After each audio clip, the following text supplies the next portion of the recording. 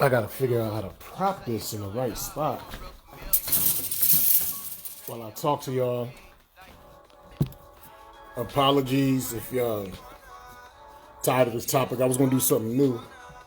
I was gonna talk about something different, but oh, let me know if the music is too loud because the last time I did this, the music was too loud or whatever, so you couldn't even really hear what I said. So I'm gonna attempt to do this again. Shout out to Anthony Smith, Mr. Kuze, out of Rhode Providence. I think he's from Providence, Rhode Island. You know what I'm saying? Got this T-shirt the last time. You know, it's one of the last times I did a gig out there. So shout out to Anthony Smith. Hit him up. Get the Mr. Kuze T-shirts.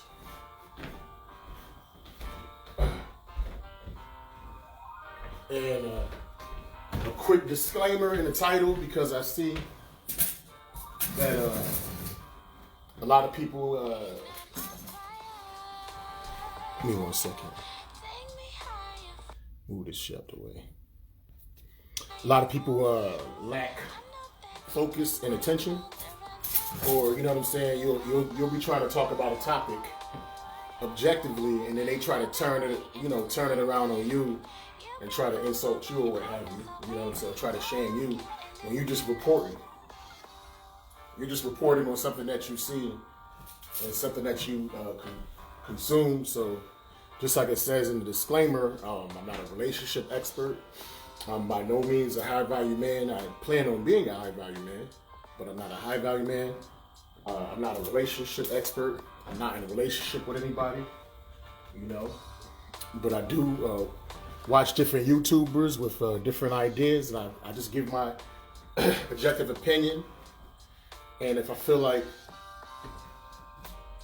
I give my objective opinion on the things that they say, and if I feel like something that they say is being misinterpreted, I just give my interpretation. But by no means am I saying like I have the answers for men or women, you know, as far as being in successful relationships. I'm not saying that at all.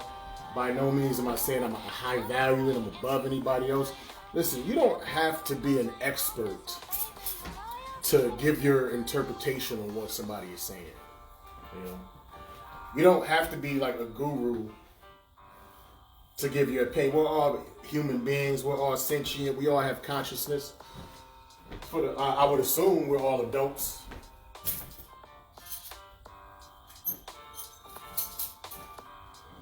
And you don't necessarily have to be a genius or an expert in something to give your opinion on it, you know? It shouldn't be an indictment on my life just because I'm giving my interpretation. So with that being said, so if you try to come for me, right? Oh, what success do you have? What great things are you doing? I never said I was successful. It's just like, you don't have to be a former NBA player to be entertained by the NBA and be like, well, Steph Curry's better than Russell Westbrook. You don't have to be on their level of skill. You just see objectively how they're doing. You see that one is more successful than the other, and then you make your assessment. Now, it could be individual things that could be debated between their games, but you get the idea. You know, I don't really get into semantics, and I don't like deflecting away. I don't like deflecting away from what it is I'm trying to say. You know, or the meat or the purpose of the presentation. But anyway, you are going to die alone, man. No, see, man, you are going to die alone. That is a big push button phrase, mainly in the black community. But you know, that's just a hot phrase right now. It offends so many women and men because people are emotional and a lot of people are logical and they don't see things objectively. Yo, please let me know if this is too loud. The music, rather. Yeah, but people don't see things objectively. And people internalize things. And people hear things and they assume it's just about them or it's about everybody who doesn't fit a certain criteria. What does Kevin Samuels mean when he says you're going to die alone? And like I said, for anybody that's just hopping in, if you see me talking about the same thing I talked about yesterday, it's because the audio was screwed up. And, you know, this topic, I could freestyle this off the dome, you know what I'm saying? So it's nothing for me to talk about it again. But anyway, what does Kevin Samuels mean by that? Well, first of all, you know, just to break Kevin Samuels down, for those who don't know, that's in the hood unless you've been living under a rock. He's a Kappa, you know what I'm saying? Kappas are the pretty boy fraternity. And they are very big on fashion and how they carry themselves and how they dress. And for years, you know, according to him, he's going by what he says, he was an image consultant. What an image consultant, he's a professional image consultant. And what image consultants do is they help people with their fashion sense. They help people with how they dress, how they look, you know what I'm saying, how they carry themselves and how they present themselves. Because a lot of rich people, you know what I'm saying, people, you know what I'm saying, with money that can afford something like an image consultant, like being able to afford an image consultant is like being able to afford an accountant, a maid, a pool boy, you know what I'm saying, a gardener. You know what I mean? Like the normal, everyday, average people don't have the, can't afford these types of things. And anyway, people that are usually rich, they don't have time to think about all these little things because their main focus is getting that bag. They don't got time to cut their grass. A lot of times they don't got time to change their kids' diapers all the time.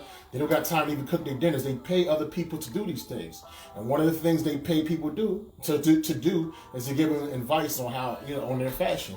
Because you see Bill Gates, you see Jeff Bezos, them dudes ain't dressing fly. They probably don't use an image consultant. They don't need to. So at any rate, Kevin's profession was giving these high-end clientele advice on how to carry and how to look at, you know what I'm saying, how to carry themselves, how to look.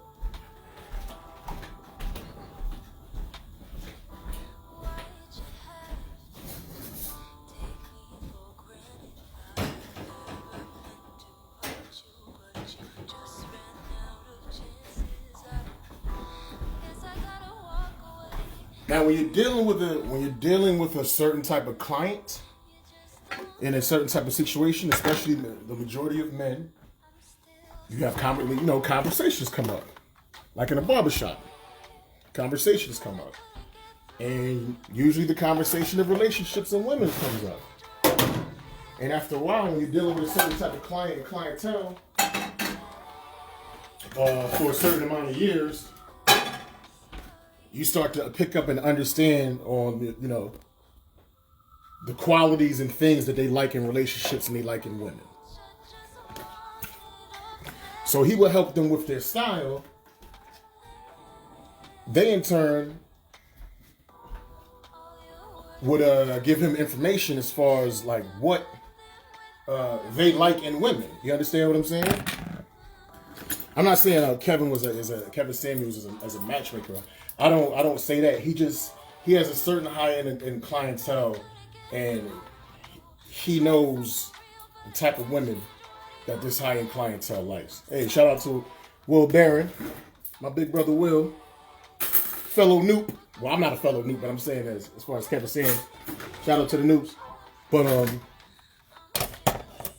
and so what happened was, once he started his radio program, a lot of women, believe that he has access to this high end clientele, and a lot of these women they want a rich man, they want a high value man. This is what they want, But the only problem is a lot of women are entitled.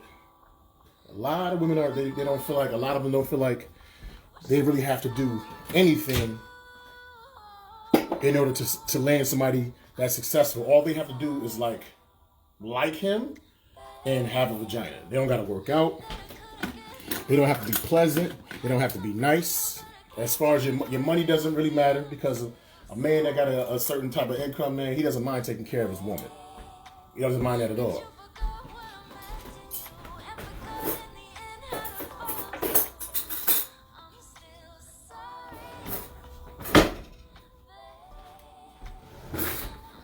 All right. So,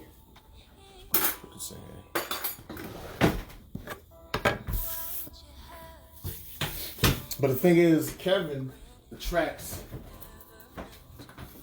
a lot of women that are desperate, that are in need, and that are in the hood.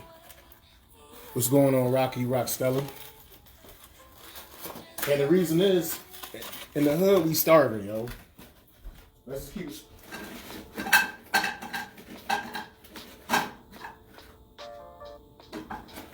In the hood, we are hungry. We are starving. We all want to hit the lottery. Everybody that's in the hood, we happy. The Dogecoin popped off, and we're happy that we got stimulus checks.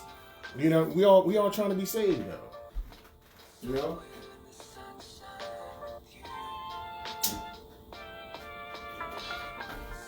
And who better to save you than somebody that got money, right? So it attracts. He attracts like a hood demographic that wants to be saved, and they feel self-entitled because they have a vagina and they're strong.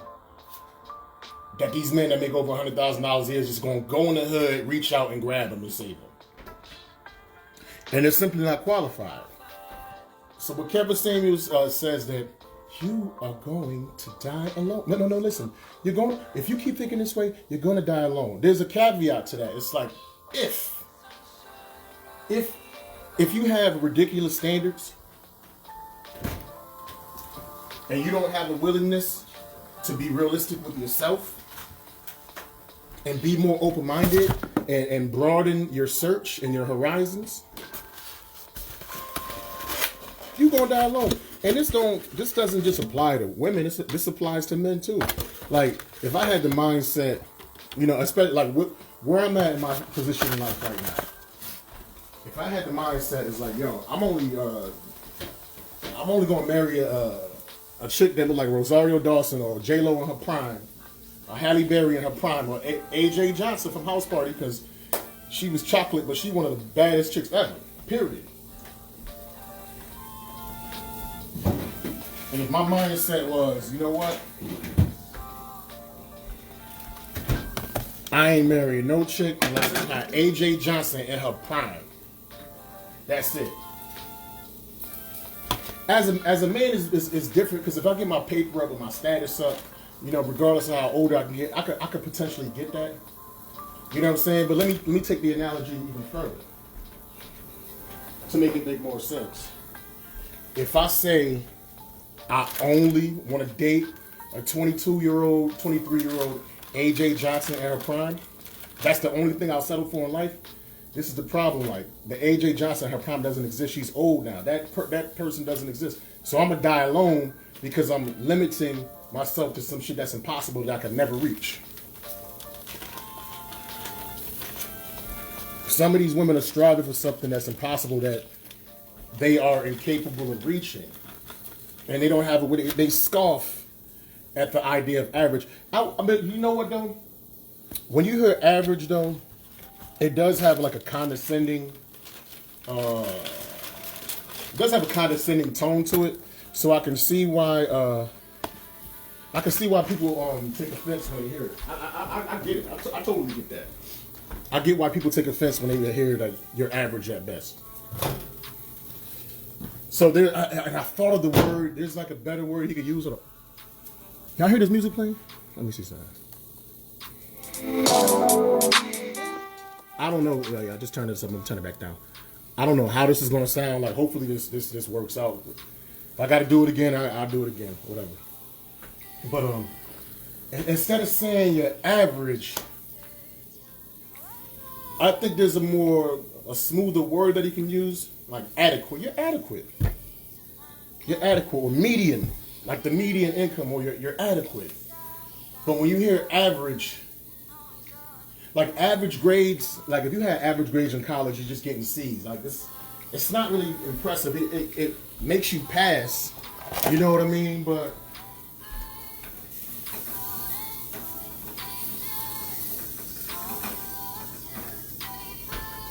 everybody wants to feel special. You know what I'm saying? And as they should. You know, everything is relative. So when you hear the word average, no, it's not an insult, but like I said, it does have like a condescending tone to it, and maybe that's a part of the entertainment aspect. That's the thing that hooks people and keeps them coming back. Well, I ain't average, bump that. I ain't average. I'm just not. Well, you know what? Let's be objective about it. Compared to somebody that makes $300K, that could just fly to Brazil, or fly to Thailand or Japan, or you know what I'm saying, Italy or some shit, and they can afford to attract the best looking models in the world. To them, yo, you below average. See, that's the thing. Like when people hear these terms and these words and these terminologies, they're subjective. They only think within themselves, but they're not really. They aren't thinking objectively. You know, you have to be objective. You have to realize that you only represent the microcosm, like a small portion.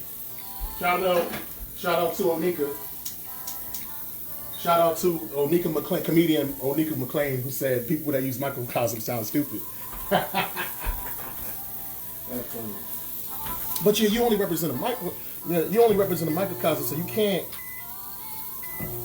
You know, if you always internalize when somebody's talking about something or talking about a group, and you internalize it and you just only put it on yourself or think you are the only thing that represents the entire earth, that shit can be depressing, man. So when he says you're average, from whose perspective? You make 30 G's a year. For somebody that makes 70 to 100, you're average to them. But to somebody who makes 10 to 15, you're great. Now, I'm not saying you got to lower your standards, but instead of shooting for the goddamn moon, you got a whole bunch of sky in between that you can be a part of. But you like, fuck the sky, you know what I'm saying? Fuck everything else between. I want the moon. But you don't even have a willingness to build a spaceship to get there. That's the thing. When men want something, they don't complain about it. They don't just hope that it just comes to them.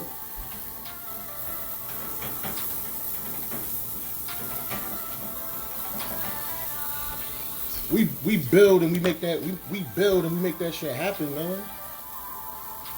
We don't complain about it. We build and we make it happen. You know what I mean? Like I'm chubby. I'm losing weight, definitely. Yeah. But you know, I'm chubby. I struggle in the relationship category. I could complain about it, like, why the chicks don't just accept this broke ass chubby dude? Why the chicks don't just accept me? I like them. I'll treat them so nice. I'll be so good to them. Nah, fuck that, man. Instead of me hoping that they come to me, I gotta build myself up and redesign myself so they can see. Because people are attracted to hard work. They're attracted to the work you put in. So I gotta rework myself, rebuild myself. You know what I mean? So they'll come to me. And by me building myself, that's the equivalent of me building a spaceship. Because that moon is out of reach. I can't get the moon. You know what I'm saying? That moon is out of reach. So you know what? I'm about to build this spaceship that is me. And I'm going to go to it. And get within its gravitational pull. You know what I'm saying?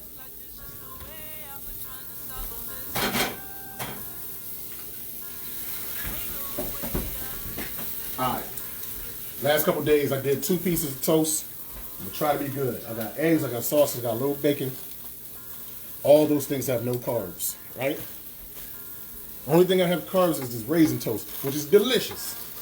But I promise you, today I'm only gonna eat 1 piece. It's all about the small, gradual changes. The Sistine Chapel was not built in a day. The Freedom Tower was not built in a day. The American railroad system was not built in a day. It's all about small, gradual changes to reach your goals. But yeah, man, as men, we build, man. We don't complain and just hope. At least a man that's trying to be worth anything. We don't just complain and just hope that things get better. we make it get better. Took me a long time to get on the mindset. Like, I used to work out when I was younger, you know. Back when I was like 31, 32. I used to work out all the time. I used to run 10 miles a week. You know what I'm saying? Things was looking good.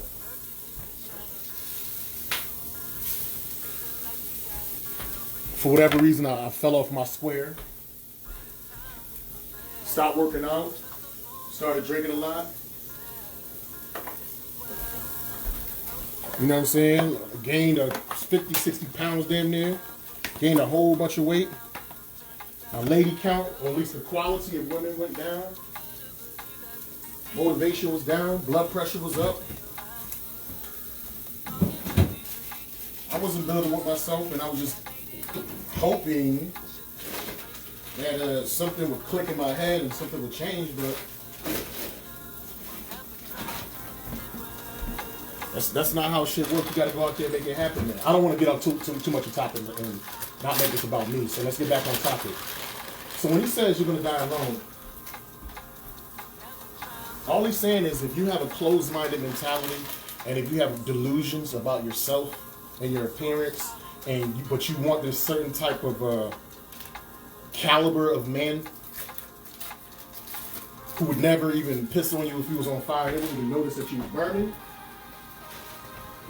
If you're closed-minded, then you're definitely good, and that's all you want, and that's the only thing you're willing to settle for. It's like have them or nothing at all.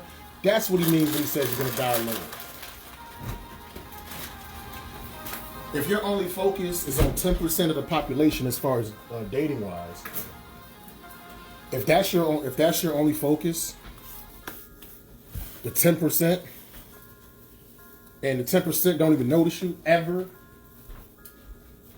and you got 90% of other people that you can pick and choose from, 90% of the population of men that you can pick and choose from, but you want to all look them. This is the thing, like. It's weird. I forget the statistic, but they say it's something like 90% of women are only attracted or will only give the time of day to 10% of the men on earth. But this is the problem, though. When you got 90%, and I used this analogy yesterday in my feed or whatever that was too loud that you couldn't hear. When you got 90% trying to squeeze and get the 10%, it's like a bottleneck. It creates. It's like an hourglass. It's too many people. This shit gets stuck. Not everybody's going to get to the bottom of this shit because, you know what I'm saying, you got the great majority trying to get the great few. I said this before. There's way more bad bitches than there are billionaires. There's way more bad bitches than there are billionaires. So, the issue you're going to have, you know, in that dating pool is a lot of women just never going to get any of them dudes because there's too much competition. Or some women are going to have a willingness to settle and share the man. Or like, yeah, even still, some of the women be like, you know what? It ain't enough men out here that I want or that I'm willing to deal with that make over 100K. So fuck it, we going to date each other.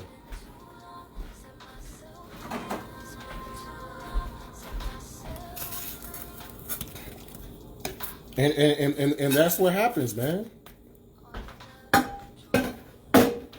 It's like, how could you only be willing to deal with perfection when nobody's perfect and you're not perfect? Nobody can ever be perfect. The only thing you want is perfection and the pinnacle. What pinnacle things are you doing in your life to attract that which it is that you seek? A man ain't gonna just like you because you like him. He has to be attracted to you. Initially, from the onset. That's just to get his attention. He has to be attracted to you. Now, as far as keeping him, I don't know the answers to that. You know, I kind of got some answers, but I'm not in a relationship, so I'm not really qualified to speak about that, you know? So when he say you're going to die alone, he's just saying, keep being closed-minded.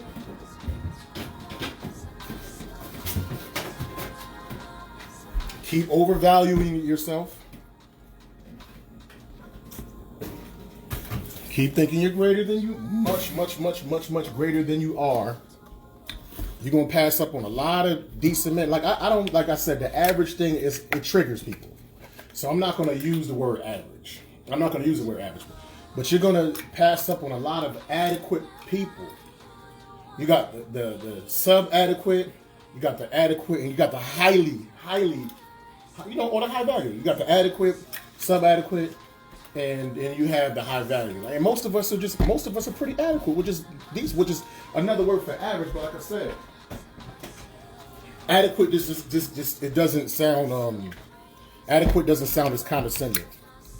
And it's even how Kevin says it, because it's like you're it reminds me of that scene in that Tyler Perry movie or whatever. No, not Tyler Perry. No, The Barbershop. When Eve's boyfriend, I guess he was, I forget what was happening. They was having an argument. He got caught cheating us. I forget what had happened. And I think Barbershop Part 2 or whatever. But he's like, baby, you're average. You know what I'm saying? I'm like, damn. You know what I mean? Like, every time Kevin Samuels says that, like, I think of that dude with the home, like, he always play like a shady looking character with the fucked up fro. I mean, not the fucked up fro, with the afro and shit. I just can't think of who he is off the top of my head right now.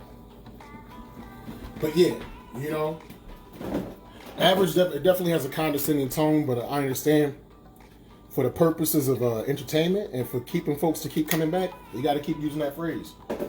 That's his phrase. That's not something I would say. I wouldn't never. First of all, I ain't shit, so who am I to just call somebody average?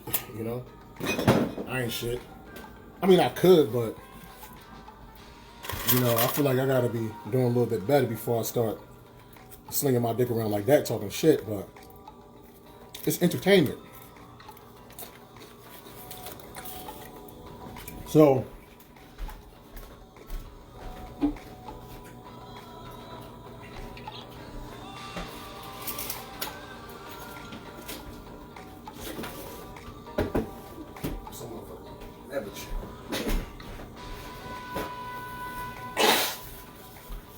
a lot of these women are thinking they're going to die. You know that phrase, you're going to die alone? They think he's talking to everybody, and he's not. He's only talking to women who only want a certain high caliber of man, and the women aren't qualified to get those types of men. And if that's the only thing that you're chasing, that's the only thing that you want to come in your life, you're going to die alone. This is like, if you got no legs, right?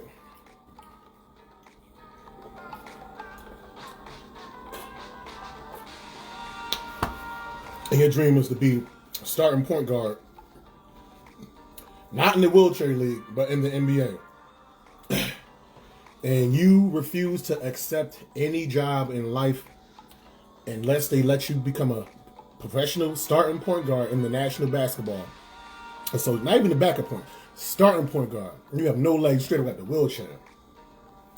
And you're like, listen, I'm not accepting shit in life unless I'm a starting point guard for the New York Knicks or whoever. Then you're going to die broke.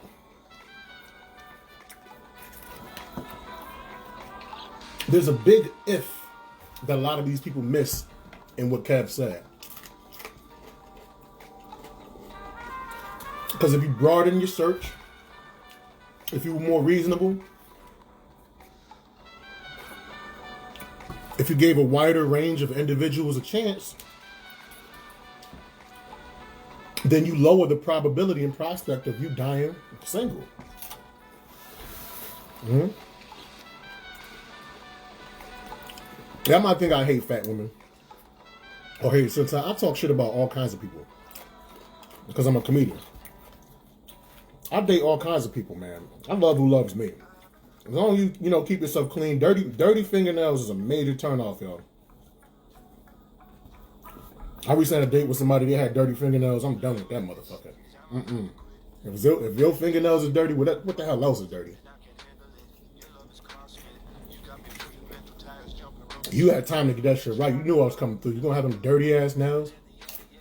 I mean, why was I even sweating this dirty motherfucker? Off topic, John. And a lot of these simps are upset because a lot of these dudes, they date the kind of women that high value men don't like. So already they feel insecure. Oh, you think you're better than me? Well, they're doing better. He's making way more money. He has more access and ability to see the world. I wouldn't say he's doing, I mean, everything is relative, but you trade places with him. A lot of these simps, they'll pretend like they mad, just pandering for pussy. Look at him. He don't like black women. He don't like, but I do. I'll take care of you though. Like, if your game is based on pointing out another man's, what you perceive as shortcomings, or pointing out the things that other women don't like in a popular man, just to make yourself look better. See, he be doing that, but I'll be doing this though. You was a weak motherfucker. I'm sorry, man. And the funny thing is, most women ain't giving up punani to panders. I rarely see that shit. You know? That shit is corny. But oh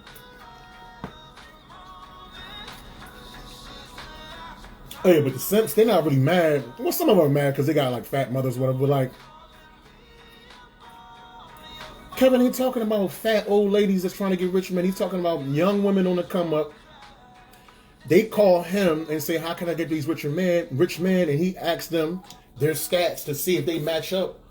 You know what I'm saying? With the type of guys that she claims that she thinks she can have. It's like, you go to a Lamborghini dealership, right? But you only got Hyundai money. Credit 500. You make about 30 G's a year for the past 15 years, so you only made 450 grand in the past 10 years. 15 years. The car you want worth 500,000. It's worth more than like what you made combining your total life. They run your credit report. They do an inventory of your assets, and they come back like, "I'm sorry, you can't afford this. You can afford a Hyundai, a Kia, a small Toyota, but this Lambo, you can't afford that shit. We don't trust leasing this to you because you have not proven that you made enough over a certain amount of time to maintain this." And when the person gives you back that information, are they bashing you? No. You ask for your credit report to be run. You trying to get these certain vehicles. There's certain criteria that own these vehicles. And the same thing applies with the quote-unquote high-value man.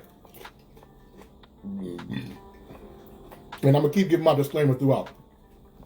Just because I'm objective about this, just because I'm educated and I have the ability to speak and expound on certain things, it does not mean that I'm a high-value man. I'm not a high-value man. I'm not in a relationship. I don't got a ton of money or nothing like that. I'm working on building towards that. But that doesn't mean I don't have a brain and I don't have the ability to see things objectively and give my opinion and talk on things. So if any of y'all are thinking, what you doing in life or whatever, this has nothing to do with me. I'm just a man reporting on a hot topic in the hood. Right? I'm not an expert, not a guru. I'm not rich. But I'm working towards that. Mm-hmm. I'm conscious of it. Got to build towards it. Mm-hmm.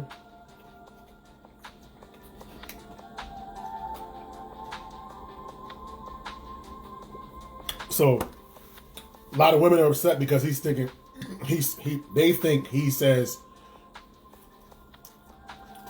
if you're not 110 pounds and between the age of 22 to 27, 28, and beautiful and drop dead gorgeous and all this shit, that you're a worthless person. That's not what he's saying at all, man. He's speaking in behalf of a certain clientele that likes a certain demographic of people. And the problem is, a lot of these women think that they are in that demographic. But then when he breaks down the numbers, like how old are you? What dress size? How much did you weigh the last time you had a physical? Things of that nature. When do you want to have kids?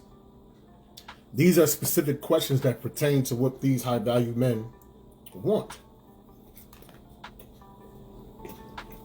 It's like a checkbox, like 7 or 8 checkboxes. Mm-hmm.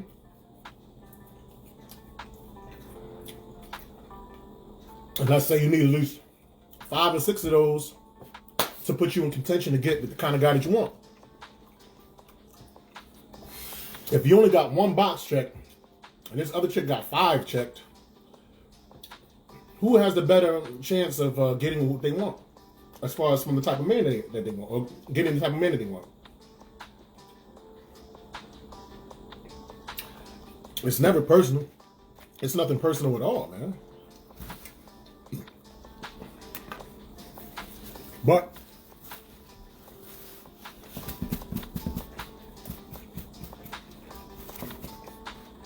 a lot of people in the hood are entitled. Women they're very entitled. And it's because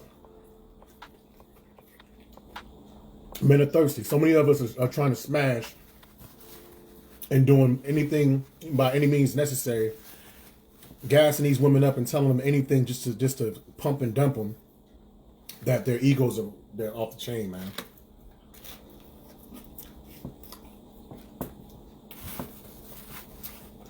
I'm about to conclude this though. When Kevin says you're gonna die alone, you got to remember there's a caveat to that. It's if you're closed-minded and only want a certain level and caliber of man that, by according to what these men say, you don't qualify for. And there's plenty of adequate men. I prefer adequate than average.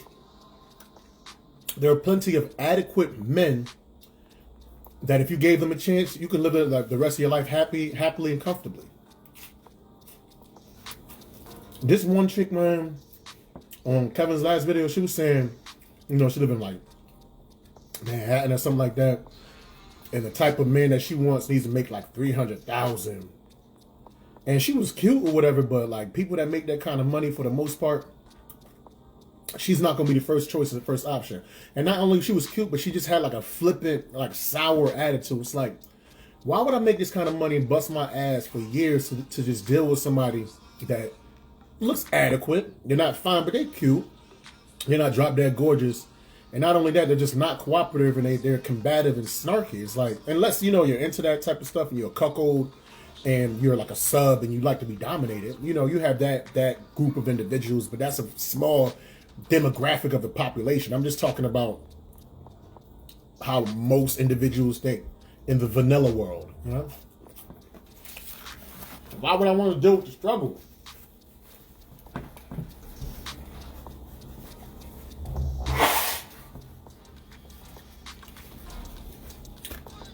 Now you see like Bill Gates, look at his wife, and Jeff Bezos, look at his wife. You know what I mean? But you see, eventually they divorced, right? And those are exceptions, not the rule. Just because a couple of adequate looking women got like 2 of the richest men ever, is that something you see all the time? And on top of that, a lot of them dudes be having mistresses left and right. Look, Bill Gates had a whole girlfriend the whole time. So yeah, you could be a decent, adequate looking woman getting like a high value $1 billion type of man. Yes, it's possible. But you're also going to have to deal with the fact, as Kevin Samuel said, when a person is in that type of position of power, they have options. They got people coming at them left and right, and they can exercise those options whenever they feel like it, because they've worked hard in life to put themselves in a position to exercise said options. But one of the key things of a high value man is that they have sexual discipline. So their whole focus isn't about just fucking people all day, every single day, 24 hours a day, because they have to use their intellect and their energy and their mind to focus on their empire. Hell, they don't even have the time to put together their clothes. That's why they got image consultants. That's what they don't got time to cut their grass. That's why they got gardeners. They don't got time to clean their pools. That's why they got pool boys. You know what I'm saying? Some of them don't even have time to drive their own car. That's why they got drivers. Some of them only don't have time to raise their own kids. That's why they got au pairs or maids and shit and nannies. Let alone chasing pussy 24/7. No, they focusing on their empire. They coding. They're trading. They're doing business deals. They're doing all this shit. So, like, for the women to think that, like, these cats are just obsessed with sex, like, all of them, you have exceptions, like, you know, Jeffrey Epstein's and Harvey Weinstein and stuff like that. But again, those are exceptions. These motherfuckers ain't just only focused on your poo nanny like that. They're not only just looking like that. You crazy? How the hell are you gonna have time to become rich if you only just think about the buns? How you gonna run your company if you fucking just all day, every single day? It don't work like that. They might work for the year or work for 11 months hard as shit, and then, you know, they have 1 month where they just doing some crazy orgy stuff, just getting it all out of their system. Kind of like boxers and fighters. What they do is they train real hard for like however 3 weeks, you know, like 6 weeks, 8 weeks, 10 weeks. They train hard, you know, cutting water weight and just not, you know, eating basically nothing, and their body get all ripped, or just professional bodybuilders. And as soon as the competition is over, you know what I mean, then they just gorge and they eat and whatever, you know. But that's just for a short period of time. So they might have these orgy crazy type situation, but I assure you that that's an extremely small percentage in their life, extremely small, because the majority of their time is focused on building, you know, focused on their purpose. Mm-hmm. If you got somebody that's so focused on building up themselves, building up their finances, and trying to put themselves in a position for you to have a comfortable life, should they choose to accept you and you choose them, why can't you work on yourself, man? Or how could you have an expectancy? Better yet, how could you expect somebody like that to come into your life and just accept you, and they work hard as fuck on their life, but you don't work hard at all? I don't expect shit from nobody. The people that come into my life and the things that happen in my life, I take total responsibility, and I'm totally accountable for it. And if I want these things in my life to improve, then I got to change some things. I got to work harder. I got to feel that pressure. It hurts to work out. Working out is frustrating, man. You know what I'm saying? But I just figured out, like, once I got past, like, I've been doing this since like Tuesday. I've been doing two a day, just small workouts. I do 10 push-ups. I do 10 dips, and I do a plank for 25 seconds, and I repeat that cycle. I just 5 times as quickly as I can. I do one in the morning, and I do one in the evening before I settle and stuff like that. And I've been doing this every day since Tuesday. And like I said, the first couple of days was rough. It was hard, man. But now that I feel myself like starting to tighten up, and I'm seeing like a, you know, small change, a small progress. Like, I actually crave it. I actually kind of want to do it. Like, and now I'm kind of like, how much more can I go? How much more will my body change? You know, how many more of these clothes? Because I bought like some new clothes, and some of them was kind of tight, so I can't really fit it comfortably. But all right, you know what I'm saying? So, you know, when am I gonna get to the point where I can fit this better? And honestly, I feel it coming. I'm gonna start running again. I'm gonna start getting nothing major. I got a couple of routes. I got a 1 mile route. I got like a 2 mile. I got a 3 mile. I even got a 10 mile. I'm not gonna do the 10 mile course, but like, I'll start with the 1 mile and just get myself back in gear. But the difference now between when I was doing this 10 years ago, obviously I'm damn near 10 years ago, since like I was working out hard, like 2012, so like 9 years ago. The difference now is that this is gradual. Like, back then, it's like my grandmother passed in like August of 2012, and then like the day that she passed, the very day that she passed away, I quit drinking as an homage to her for a year. And then a little bit after that, I just started working out, you know, and I just started eating different. Like, I changed everything immediately. It was just like I did a total 180 to my lifestyle.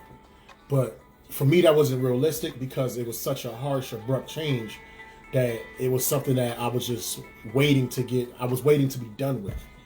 Now, because I'm just doing these light workouts, I gradually changed my diet and my eating habits have changed gradually over the past year. You know, and I eat whatever I want. I just don't eat as much as I eat.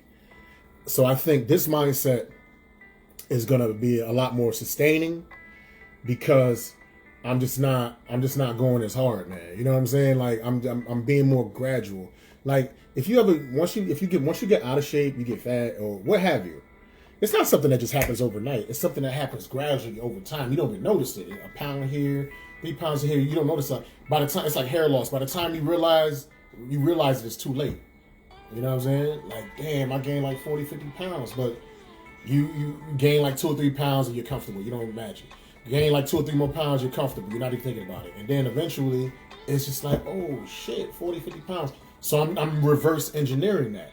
Now I'm just gradually losing the weight. And as I gradually losing the weight, I'm gradually forming and developing habits as opposed to doing this crash course shit. Like those people that do bodybuilding and weight training, they be doing all the flexing. Those people, they only eat like butter and bacon. That's it. No juice, no fruit, no sugar, no nothing. They're living like a mad, unrealistic lifestyle. That's why as soon as the competition is over, they go back and gorge, and that's not the mindset that I want to have. This is a gradual change. You know what I'm saying? From the working out, like I'm starting to read. I stopped reading books and shit like that. I ain't really read nothing in years, but now I'm starting to slowly get back into the reading, but like just slowly. Because back then when I was working out hard as shit, I read like 30 books in 1 year. I was reading like 5 books a day because I got a fucked up attention span. I would like read like 5 pages from one book, 5 pages for the next, 5 pages for the next, and that's what kept me. I was reading like 8 books at the same time at one point. I don't think I would advise myself to do that again, but that was the crash course shit that I was doing like 12 years ago. Not 12 years, 9 years ago in 2012. But if you want better things in life, man, you got to work hard towards it, and you have to be realistic with your limitations. Like you can't, like I said before, you can't have no legs and not accept any job in life unless it's the national NBA. You know what I'm saying? Unless you in the NBA, playing alongside Russell Westbrook as a starting shooting guard. No. Why not settle for the wheelchair league? That's what and be the best wheelchair player that you can possibly be. Be the Michael Jordan of wheelchair players. It doesn't make you a bad person. You're just doing the most with what it is that the cards that will give it to you in life. But you got to play those cards smart, man. You can't, you know what I'm saying, play those cards and you ain't holding nothing at all. You know what I mean? And you or put it this way, you can't. It isn't advisable to bet everything you have when you got a relatively bad hand. You know what I mean? Bet accordingly. Bet based on what you got. You know? So I hope I gave some clarity. I hope I explained. When Kevin Samuels said you're going to die alone, he's speaking in reference to people who aren't qualified, who only want to go for individuals that they're clearly not qualified for, who aren't paying them attention or any mind. He's not saying everybody. He's basically saying if you broaden your horizons, you will have happiness. And if you work on yourself, you could probably get yourself in a better position to have these individuals. Have a better attitude, work out. If you have, if you can, if it hasn't happened yet, try not to have a child until you're married. Try to have a child between the ages of, 21 to 32, 31 or whatever, before you get to geriatric pregnancy. Because if you have a child like in your mid-30s, you run the risk of hurting the baby and hurting yourself and having pregnancy issues. Just simple things, man. Just be more pleasant. It's just a lot of things that you can do to control in your life to improve who comes into your life, But you can't just be upset just because things aren't happening because you want it to happen when you're not doing anything to make it happen. If you got a C average in high school, how are you going to be upset that Harvard rejected you, your college application? You did not express the desire and the drive to be accepted by an Ivy League school.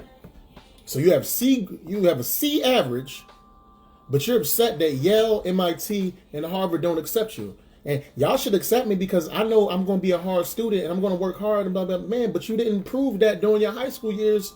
So why should we take the risk and bring you into these this Ivy League these Ivy League universities? Why should we accept you? You haven't proven that you put the work in, or you have not proven that you're taking this level of education serious. The same thing applies to quote unquote high value men. Now you got a C average. Those grades are adequate. They'll get you by. But it's not going to get you into Brown. It's not going to get you into Princeton. It's not going to get you into MIT. It's no not. And me relaying that doesn't mean I hate black women or I'm gay.